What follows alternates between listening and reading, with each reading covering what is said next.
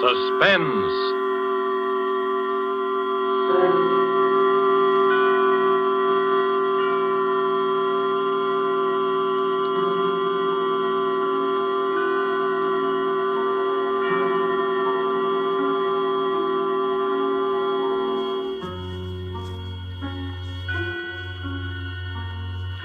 This is the Man in Black, here again to introduce Columbia's program, Suspense. Heading our star Hollywood cast tonight is Mr. Warren William, and with him is Mr. Eric Blore. No fewer than 9 times have these two gentlemen appeared together in screen thrillers based on the adventures of one of the most celebrated characters of modern crime fiction. This familiar character will speak to you now for the first time on the air, as with the story called Murder Goes for a Swim, and the performances of Warren William as Michael Lanyard and Eric Blore as Jameson. We again hope to keep you in suspense.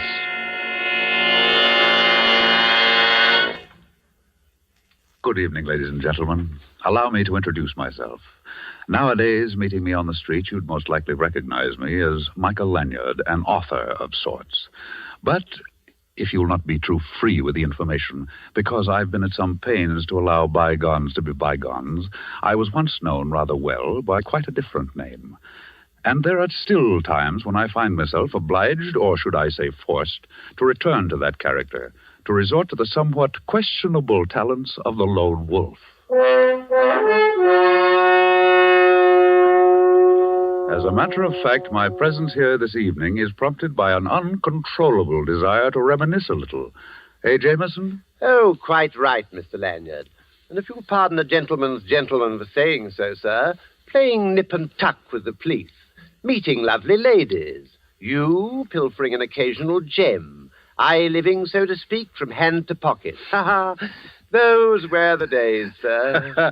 Yes, those were the days. Absconding at times. Perhaps a touch of embezzlement here and there. Now, hold on, Jameson. If we're going to reminisce in public, I suggest we confine our recollections to our later period, when the lone wolf had become a gentleman of leisure and used his talents in the interests of law and order. In that case, sir, I suggest you relate the episode of our little experience at that horrible party we attended at that Long Island estate. Remember, sir? Of course, Jameson, the Rutherford Barnes estate. If I remember correctly, the occasion was some sort of charity bazaar. We were invited for the weekend. The phone rang just as we were about to leave the apartment. Mr. Lanyard, this is Betty Lawson. You've never heard of me before, but I know you've been invited to spend the weekend with Mr. Rutherford Barnes. Please, you must accept the invitation. Come down immediately, right now. It's just a little after 2 o'clock. And if you're not too late, the lone wolf may be able to prevent a murder.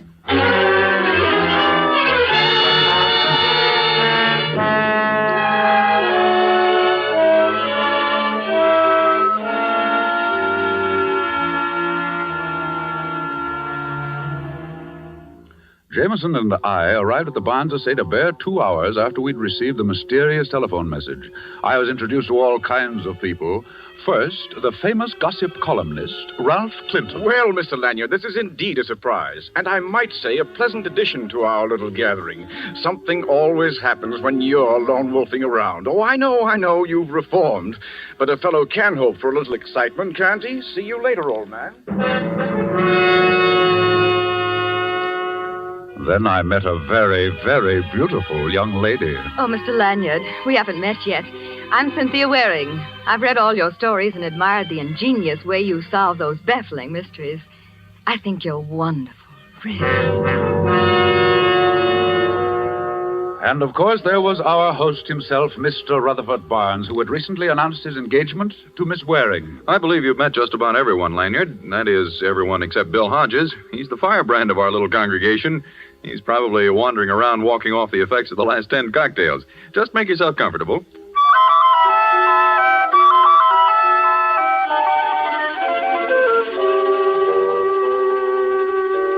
Strangely enough, I failed to meet a Miss Betty Larson, the frightened young lady who had phoned. Anyway, the afternoon wore on through the beauty contest at which I was elected to preside as judge, and at which Miss Cynthia Waring, looking very pretty in a big picture hat and hoop skirt, was the winner.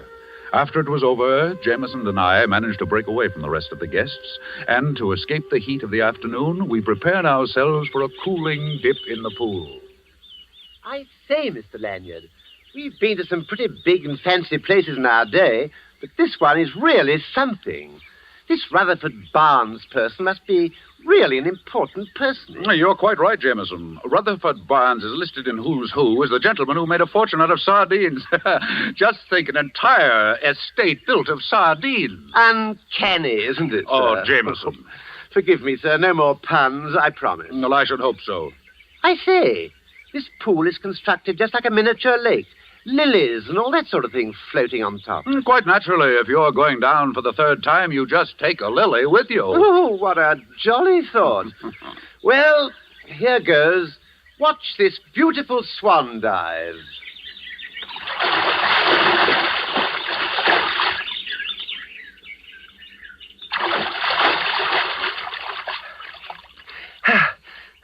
I say, this is most unusual.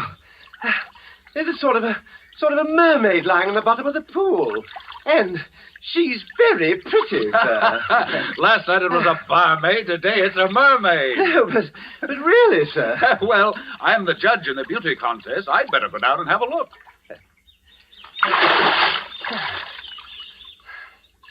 Don't be away too long, sir.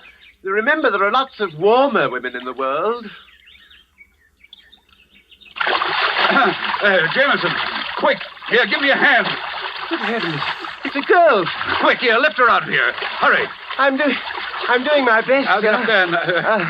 Here, now, let's put her down here. You hold her there, sir. Yes, Jameson, I'm afraid she's dead. Well, what do you make of it, sir? Was it an accident? Well, I don't know. There's a pretty nasty bump on the side of her head. Well, perhaps she slipped and hit her head as she fell. Perhaps. But her bathing suit, not quite the style you'd put on to take a swim. Possibly she was in the beauty contest. Of course, that's it. The program listed 10 contestants, yet only 9 girls competed. Meaning what, Mr. Lanyard? Meaning, Jameson, that this poor kid was the 10th contestant. And if my hunch is correct, her name is Betty Larson. The girl with the telephone message? Precisely. And if her call was on the level, we did arrive too late, and she was murdered. Mr. Lanyard! Mr. Lanyard! It's Mr. Barnes and Miss Waring. Take off your robe and cover up the body, Jameson. Yes, sir. Well, Lanyard, we've been looking all over for you, haven't we, Cynthia, dear? Yes, of course. And I'm glad we found you, Mr. Lanyard. I've been wanting to thank you for awarding me the prize in the beauty contest this afternoon. I really didn't think that... Mr. Lanyard! There, at the edge of the pool. Yes, it's a girl, and I'm afraid she's drowned. Drowned? But... Oh, how horrible. Oh, but how did it happen? Who is she? I think she's Betty Larson.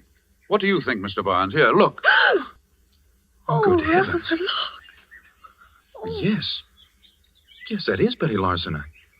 Why, I had no idea. Then you do know the girl, Mr. Barnes. Why, yes. As a matter of fact, only recently I recommended her for a job. She's the local telephone operator. And the village beauty. Mr. Barnes and Miss Larson were childhood sweethearts. Mr. Barnes, tell me, do any of the other guests know this girl? Ralph Clinton, for instance. Could our famous columnist have possibly known Miss Larson? Well, if not in person, most certainly by telephone. You see, for the last few weeks, Miss Larson handled my personal calls. I see. Did she ever mention the fact that there might be a murder? Murder? Well, you see, I received a rather strange message. Now, look here, Lanyard. If you're insinuating that Miss Larson was murdered, you're all wrong. It's perfectly obvious. She slipped and fell into the deep end of the pool. She can't swim. We couldn't hear her cry for help over the noise of the party, so the poor girl drowned. As simple as that, eh? Why, of course. And I'd appreciate it if you'd be kind enough not to mention this accident to any of the other guests. There's no need to disrupt the entire weekend. I'll notify the sheriff and call the coroner, and they'll take care of everything. I think it might be a good idea, Mr. Lanyard, since you seem so certain that a murder's been committed, that you and your man remain on the premises. Our famous lone wolf may have a little explaining of his own to do. Come along, Cynthia.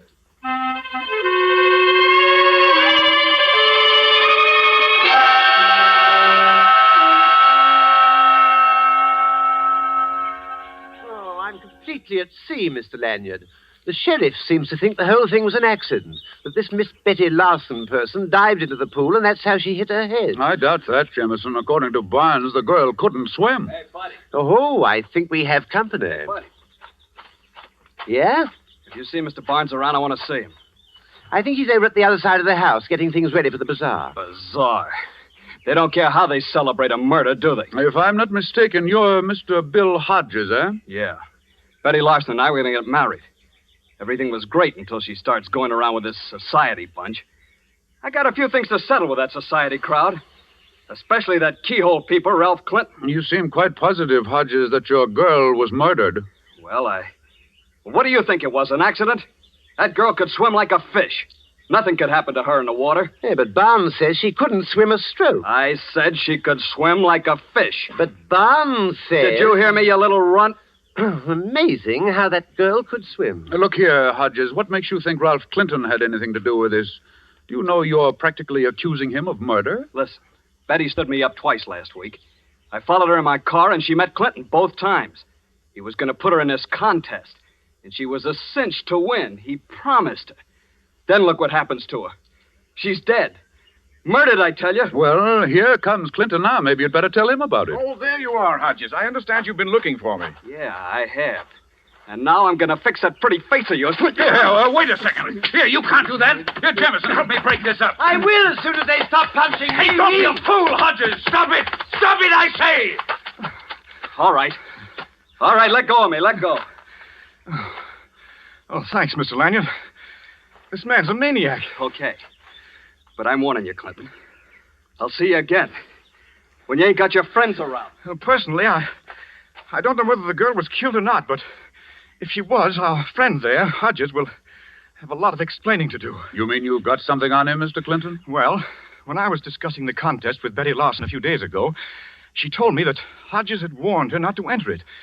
It seems he was afraid that if she won, it might go to her head and she'd walk out on him.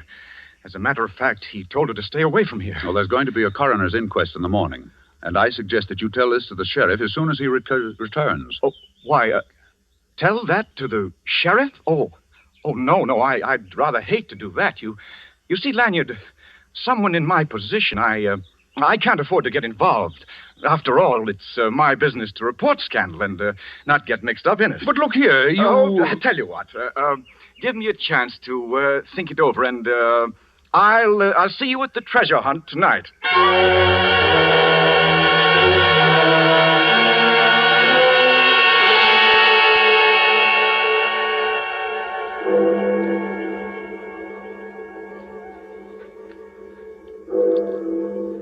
Oh, dear. 2 in the morning, Mr. Lanyard. What a ghastly hour to go tramping over the ground. Must we participate in this treasure hunt? Of course, it's all a part of the weekend. Come in. Well, it's the witching hour, Mr. Lanyard. Here's your envelope with the clues for the treasure hunt. You'd better hurry. Everybody's ahead of you. Thank you, Mr. Clinton. We'll catch up. Fine. This ought to be very interesting. Seeing the lone wolf stalking down his prey. You know very well, Clinton. Oh, sure. I forgot. You're not the lone wolf anymore. You're just nice, innocent Mr. Lanyard. Well, good hunting. See you later. Well, here you are, Jameson. This is our clue. Go ahead, read it. Under the oak and under the cover, where have met many a lover, light a match and look deep down, find your clue and win your crown. I say, isn't that lovely? Can you decipher it? Oh, of course, sir. It means, Exactly, Jameson, the old well. That's where we'll find the next clue. Come on, let's get going.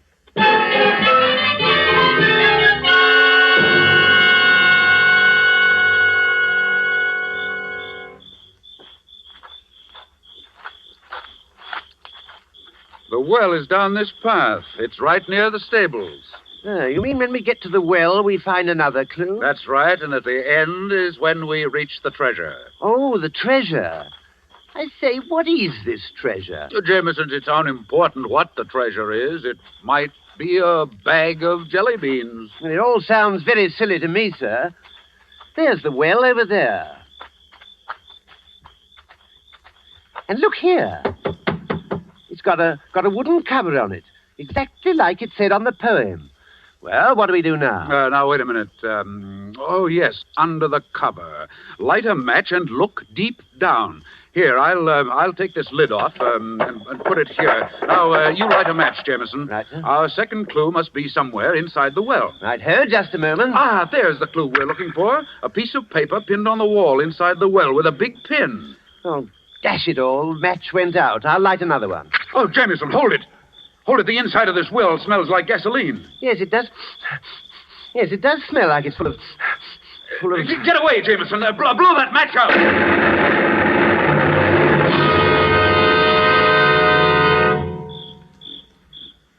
Oh, are you all right, Mr. Lanyard? Yes, and no thanks to you. Oh, I couldn't help it, sir. If you ask me, we walked right into a trap. And quite obviously. Here, let me help you up. Oh, thank you, sir. Oh, if I'd had any idea... Ouch! Well, now what's the matter? Oh, I've been stabbed. Well, let me see. Oh, steady, Jameson. I'll pull it out. Oh, be careful, sir. Oh. Oh! There we are. And very interesting. What is it, sir? Oh, it's that big pin. You could have been hurt quite badly. Well, if you ask me... Come along, Jameson. We've got work to do.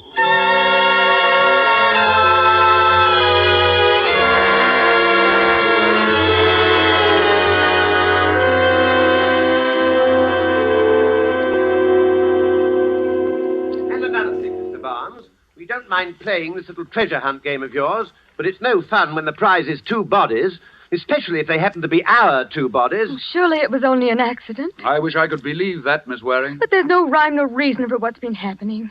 If the accident at the well was another attempt at murder, then all our lives could be in danger. Steady, Cynthia, darling. I presume you have some idea of who the murderer might be, Mr. Lanyard. You flatter me, Mr. Barnes. I would think you had surely lined up 1 or 2 likely suspects, Mr. Lone Wolf. Why don't you tell them about our friend Mr. Clinton, sir? Clinton? Oh, well, there are some mighty interesting aspects to that road company Winchell. He was meeting Betty Larson secretly. At least that's what Hodges says. I can believe that. Clinton would stoop to anything.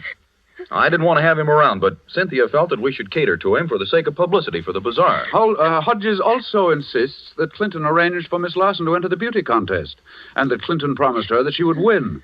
And there's the little incident at the well. If you ask me, Clinton is in this thing right up to his clues. Help! Mr. Barnes! Somebody come out here, hurry! That sounds like Hodges. He's right out there at the side of the house. Well, come on. We can go through these French windows. In here, in the bushes, you better hurry. What is it, Hodges? What's wrong? I don't know. Don't ask me. I don't know anything about it. Great heavens, look at Clinton. Oh, I can't stand it. I can't stand it. What awful things are going on. No, I don't know how it happened. I was just coming down the path. There in the bushes, he was lying right He's there. done for, all right, Mr. Lanyard. Shot. Murdered. Murdered? You did this, Hodges. You said you'd get even with Clinton. Now you've done I tell you, I don't know anything about it. I was just walking down along the path. I don't know anything about It's it. all right, Hodges. You'll have an opportunity to prove your innocence. Don't you have some theory about all this, Mr. Lanyard? Isn't this There, Miss Waring. I think I can promise you at least that there won't be any more murders.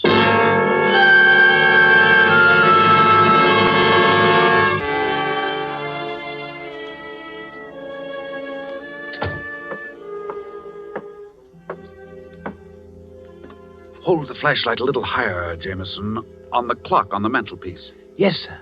Just as you say, sir. But aren't we taking a bit of a risk, Mr. Lanyard? Leaving the estate without checking with the sheriff? Shh, quiet, Jameson. If I don't find what I'm looking for here in Clinton's apartment, I'm afraid we'll have a lot of explaining to do. I'd just as soon we didn't go back. There's been 2 murders already, and they say things come in 3s. How interesting.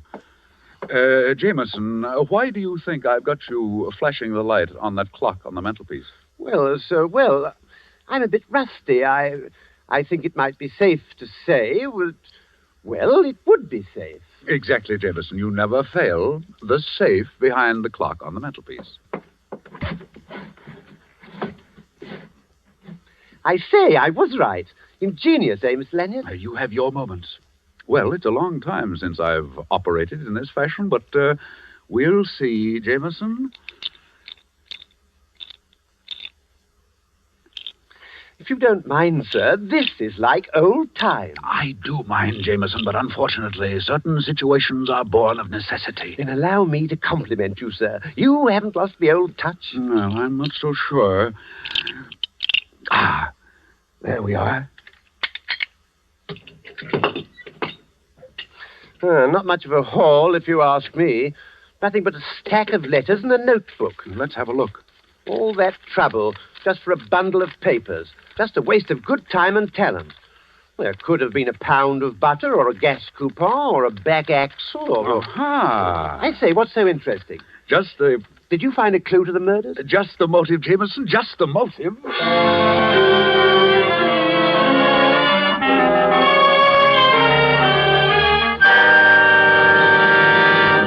Look here, you can't keep me here, Sheriff. All I did was find Clinton. You can't hang a guy for that. Keep your shirt on, Hodges. Nobody moves out of this room till Lanyard shows up. If he doesn't come in 5 minutes, I'm going to put out a call and have him pulled in. Seems to me that Mr. Lanyard has admitted his guilt by disappearing. Well, whatever the case may be, I think you should allow me to go. After all, this is my house, and I do have guests. They might think it rather strange if their host isn't around. Look, Mr. Barnes, party or no party, there's been a couple of murders committed around this joint, and everybody in this room is under suspicion. Really, Sheriff? If you're going to keep us here and allow Mr. Lanyard to stay... Good evening, Sheriff. Jameson, say good evening to the sheriff. He's been very patient, I hope. Good evening, sir. Constable. Sheriff. All right, you two. You'd better make it good. Running away from the scene of the crime won't sit so well in court. Please accept my apologies, Sheriff. Well, now that you're here, Mr. Lanyard, perhaps we can clear up this nasty mess. Yes, I presume you've been spending your time checking up on the murders, Mr. Lanyard. That's right. And I've uncovered a few details which I'm sure will prove most interesting, Miss Waring. You're wasting time, Lanyard.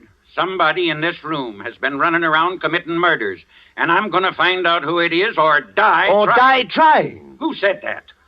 Oh, if it's all the same to you, Sheriff, I think I'll join the other guests. Now, isn't that thoughtful of you?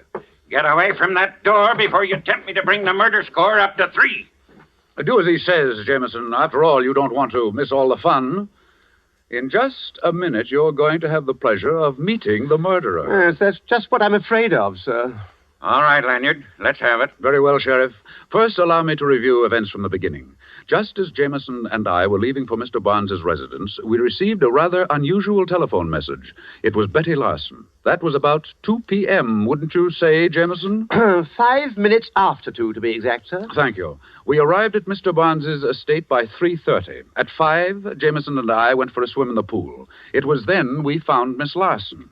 At what time did the coroner examine her, Sheriff? Around 7 in the evening. But what difference does it make? The poor girl had been dead for 10 hours. All the difference in the world, my dear fellow. Simple arithmetic will show you that it was impossible for Miss Larson to call me at 2 o'clock. At 2 o'clock, she'd already been dead for 5 hours. Hodges, you did it. You paid someone to make that call. You're crazy. I had nothing to do with it. Pipe down, Hodges. Go on, Lanyard. Sheriff, what do you think was used to murder Miss Larson? Well, Could this have been the weapon? The pin, the one I fell on when the well exploded. Yes, Jameson. Let me paint a rather gruesome picture for you, Sheriff. Miss Larson is called down to the edge of the swimming pool. Someone who poses as a friend suggests that she try on a hat.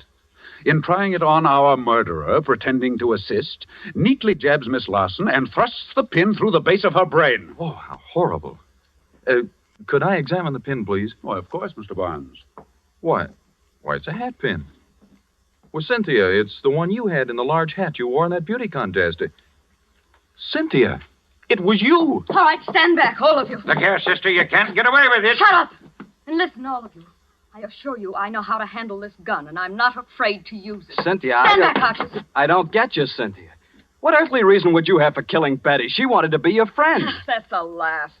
Listen, little boy Blue. A telephone operator sometimes hears too much for her own good. How do you think she got all those fine furs? From some boyfriend? No, she was too daffy about you, so she decided to try her hand at blackmail. Blackmail? That's right. Only she pushed me just a bit too far. Why, Get you... back, all of you. Do, prune face. Who? Me? I don't mean your brother. Open the door. Go on, open it. Yes, ma'am. Now stand back, all of you. Ha. Very amusing picture. That's right, Mr. Lanyard. Step forward just a little. I'd like to thank you for spoiling a most delightful weekend. Here's a little something to remember me by.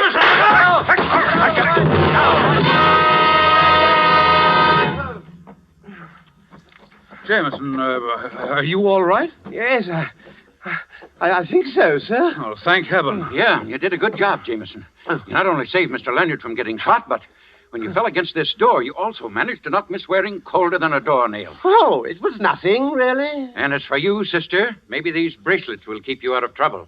Because when you come to, you're going to find yourself booked for murder. Double murder, Sheriff. Dig the bullet out of the wall over there, and you'll find it will match the one found in Clinton's body. Well, what do you know? Come on, Hodges, give me a hand. Okay, Sheriff. I can't believe it. Why, Cynthia and I had so many plans together. It's hard to believe that she could be responsible for those horrible murders. I'm afraid she was. Mr. Barnes, this is Mr. Clinton's notebook. Several canceled checks and a few letters. Look them over, and you'll discover that your dream girl, Miss Cynthia Waring, has quite a number of aliases, and in certain circles has a reputation for landing the biggest fish in the pool. Then, after she's collected enough money, she tosses them back. You were her next victim, Mr. Barnes. And as for the unfortunate Mr. Clinton, being a newspaperman and gossip columnist, he ferreted out her little scheme and, in turn, was blackmailing Miss Waring.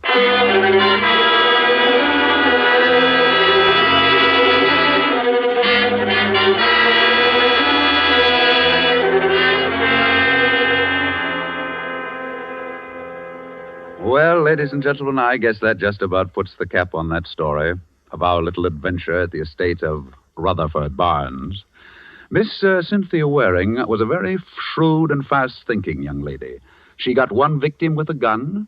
She almost got Jameson and me at the old well when the gasoline exploded, all of which began with the first and most ingenious of the murders, the particularly cold-blooded murder of Betty Larson with that hat pin. And, Jameson, of course, we have you to thank for having discovered that most important bit of evidence, the pin itself. Yes, Mr. Lanyard. And I must say, I got quite a lift out of that myself when I discovered it. Now, Jameson, remember your promise. Suffice it to say, you discovered the pin. The hard way, I admit. Oh, yes, sir. There's no doubt about that. The criminal would never have been stuck in the final analysis if I hadn't sat down and got myself stuck. That will be all, Jameson. Good night, ladies and gentlemen.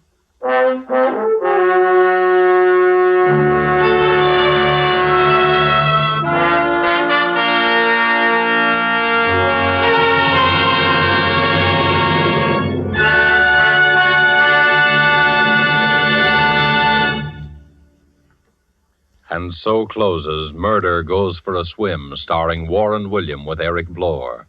The first appearance of the lone wolf on the air, and tonight's tale of suspense.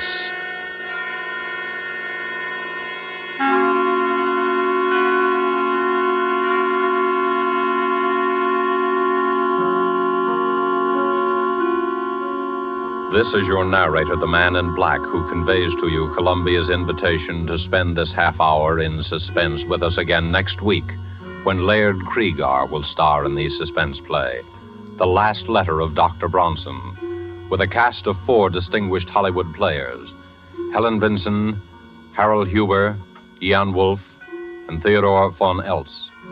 The producer of these broadcasts is William Spear, who, with Robert Louis Cheon, the guest director, Bernard Herrmann and Lucienne Marawick, conductor and composer, collaborated on tonight's Suspense.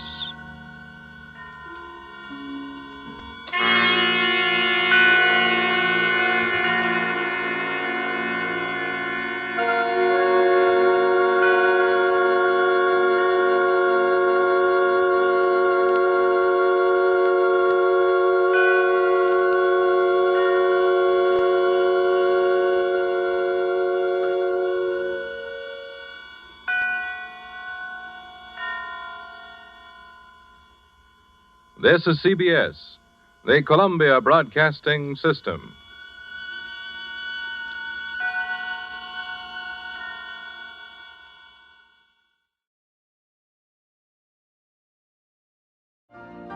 You've been listening to the OTR Gold Network. Find more classic radio at otrgold.com.